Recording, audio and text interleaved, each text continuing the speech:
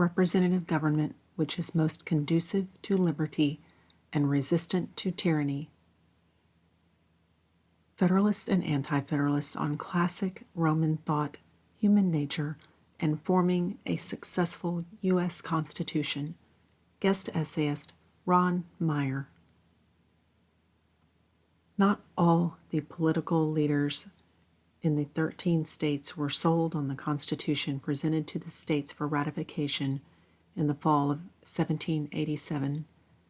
It was common under the Articles of Confederation to require unanimous agreement of the states to changes made to the Articles.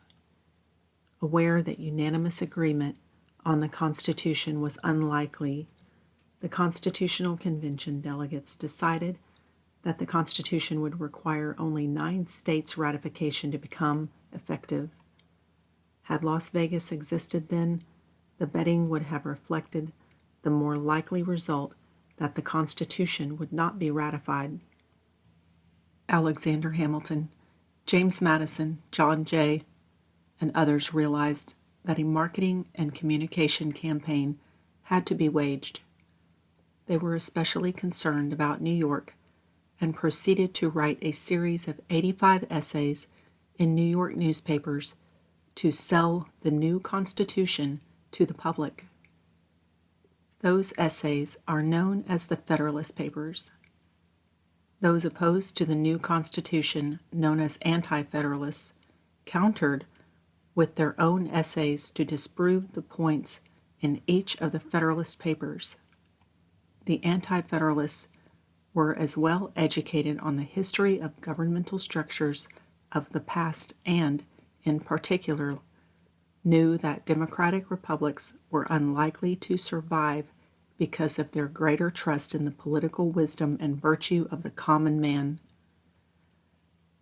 The Anti-federalists also were concerned that a national government, rather than a stronger confederation, would quickly erode the sovereign powers of the individual states. They feared a national government not unlike the British government they had just relinquished, that would dictate to the states and leave the state governments with few powers, even over more local matters. Although the 10th Amendment was designed to ensure that the states retained significant powers, to some extent, the Anti-Federalist fears have been increasingly realized, especially since the passage of the 17th Amendment, when the Senate was effectively made into a second House of Representatives by popular election of the senators, rather than the senators being representatives of the states who sent them to Washington.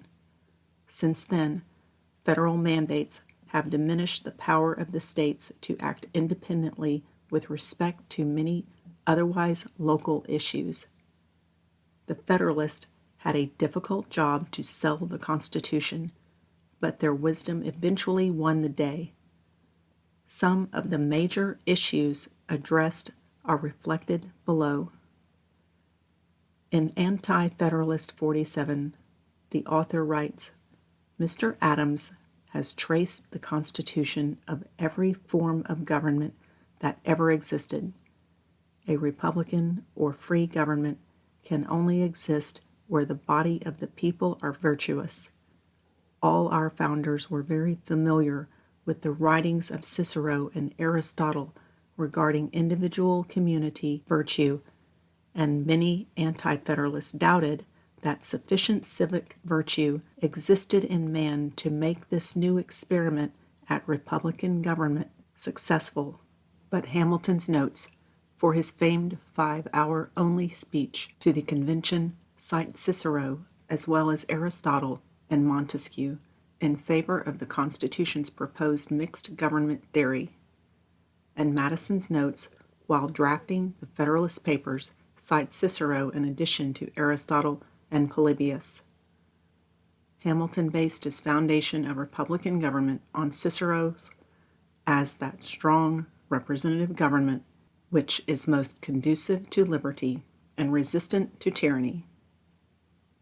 In Anti-Federalist 57, the author notes that the men most commonly presented to the people as candidates for the offices of representatives include the natural aristocracy, 2, popular demagogues, and 3, the substantial and respectable part of the democracy, a numerous and valuable set of men who discern and judge well, but from being generally silent in public assemblies are often overlooked.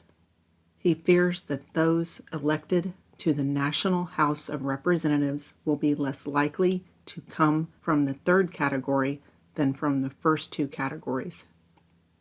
In Federalist 57, Madison counters this argument saying, "Who are to be the electors of the federal representatives?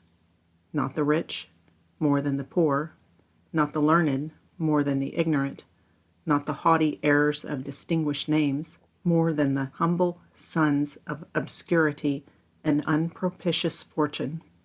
The electors are to be the great body of the people of the United States. They are to be the same who exercise the right in every state of electing the corresponding branch of the legislature of the state. No qualification of wealth, of birth, of religious faith, or of civil profession is permitted to fetter the judgment or disappoint the inclination of the people."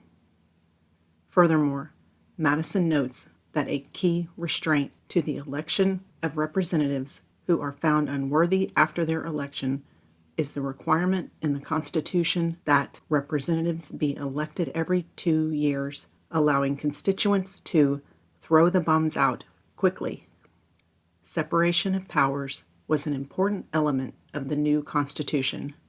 Anti-federalists weren't convinced of the validity of the claim that such separation would be effective, but in Federalist 47, Madison observes that the oracle who is always consulted and cited on this subject, separation of powers, is the celebrated Montesquieu.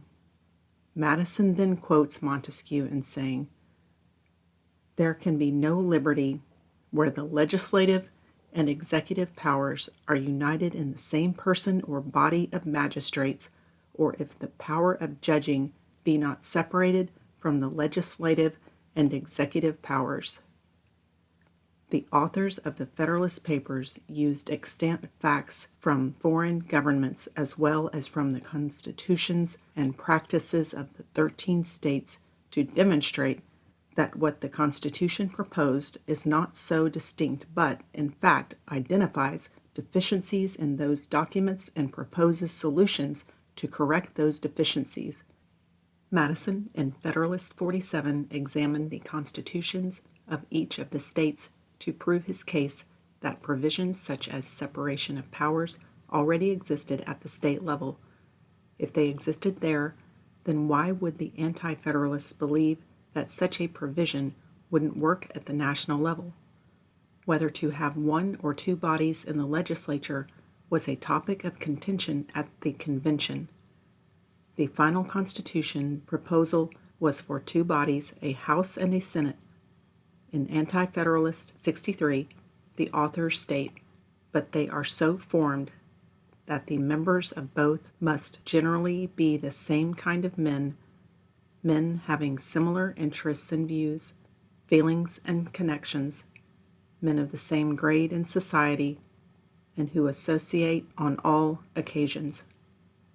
The Senate, from the mode of its appointment, will probably be influenced to support the state governments and, from its periods of service, will produce stability in legislation, while frequent elections may take place in the other branch."